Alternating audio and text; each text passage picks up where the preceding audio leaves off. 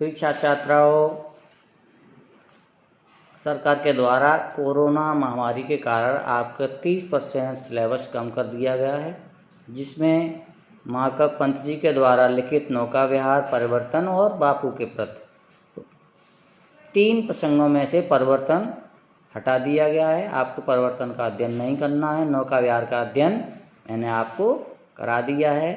आज बापू के प्रति देखेंगे, जिसमें महाकवि ने महात्मा गांधी महापुरुष महात्मा गांधी के व्यक्तित्व और भारत ही नहीं विश्व कृतित्व पर प्रकाश डालते हुए उनकी स्तुति की है। आप देखें, तुम मांसहीन, तुम रक्तहीन, हे अस्त शेष तुम अस्तहीन, तुम शुद्ध बुद्ध आत्मा केवल, हे चिर प्राण हे चिर नवीन, तुम पूर्ण इकाई जीवन की।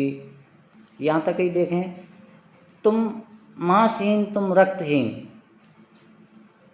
गांधी जी के दुबले पतले शरीर को देखकर महाकवि ने कहा है कि हे महापुरुष, हे गांधी, आप शरीर से दुबले पतले, मांस और रक्त से हीन, तुम्हारा शरीर हड्डियों का ढांचा मात्र ही है। कहने का तात्पर्य, अस्त से तात्पर्य आपका शरीर हड्डियों का ढांचा मात्र ही है। उस दुबले पतले शरीर को देखकर कवि ने आगे कहा है कि जिसे देखकर, उस दुबले पतले शरीर को देखकर ऐसा लगता है कि तुम अस्तहीन, तुम्हारे शरीर में अस्थियां भी शेष नहीं, तुम शुद्ध बुद्ध आत्मा वाले केवल। कवि ने कहा है, गांधी जी को बताया है कि आप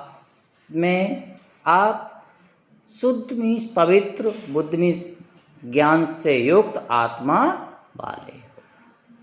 हे चिर प्राण हे चिर नवीन, हे महापुरुष, आप प्राचीन और नवीन का समन्वय हो। कहने का तात्पर्य, आप प्राचीन आदर्शों के साथ साथ नवीन आदर्शों को भी स्वीकार करते हो। आगे है, तुम पूर्ण इकाई जीवन की।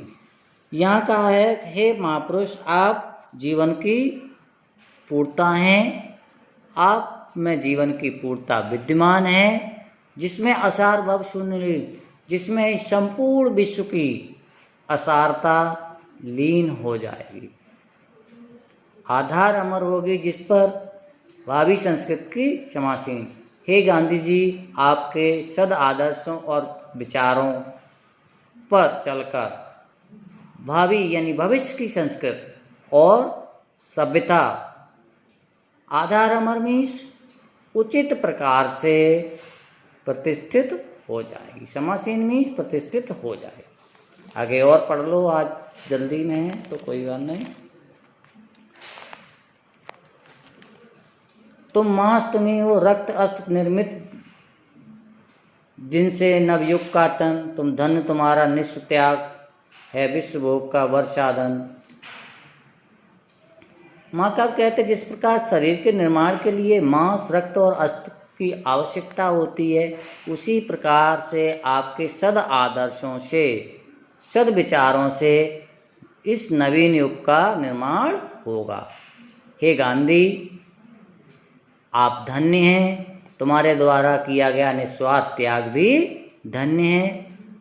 आपके द्वारा किया गया निस्वार्थ त्याग ही इस संसार के कल्याण का श्रेष्ठ साधन बनेगा। विश्व भोग का वर्ष साधन मीन्स इस संसार के मानव जाति के कल्याण का श्रेष्ठ साधन बनेगा। कहने का तात्पर्य, जिस प्रकार आपने अपनी संपूर्ण कामनाओं और इच्छाओं को त्याग कर इस भारत को आज़ादी प्रदान की है, अब देखो, इस भस्म काम तन की रज से जग पूर्ण काम नव जग जीवन बीनेगा। कहने का तात्पर्य, अब जिस प्रकार आपने अपनी संपूर्ण कामनाओं और इच्छाओं को त्याग कर इस संसार को, इस भारत को आज़ादी दिलाई है, अब ये संपूर्ण जगत अपनी संपूर्ण कामनाओं रूपी तन को भस्म करके उसकी धूल से आपके सत्य और अहिंसा रूपी सत्य नियमों को स्वीकार करेगा या प्राप्त करेगा। बीनेगा सत्य अहिंसा के तानव वानव से मानवपन। उन्होंने कहा है कि हे गांधी जी, जिस प्रकार सत्य और ताने और बानों से सुंदर वस्त्र निर्मित होते हैं, उसी प्रकार आपके द्वारा दिए गए या निर्धारित किए गए सत्य और अहिंसा के ताने बाने रूपी सिद्धांतों से ये संपूर्ण मानव जीवन सुखी और समृद्ध बन सकेगा। बात पल्ले पड़ गई कि जिस प्रकार ताने और बाने से सुंदर कपड़ा निर्मित होता है, उसी प्रकार आपके सत्य और अहिंसा रूपी ताने बाने से ये संसार या मानव सुखी और समृद्ध बन सकेगा। और इसमें मैं अंडरलाइन करता हूँ, एक ये है, 2 लाइनें इसकी हैं और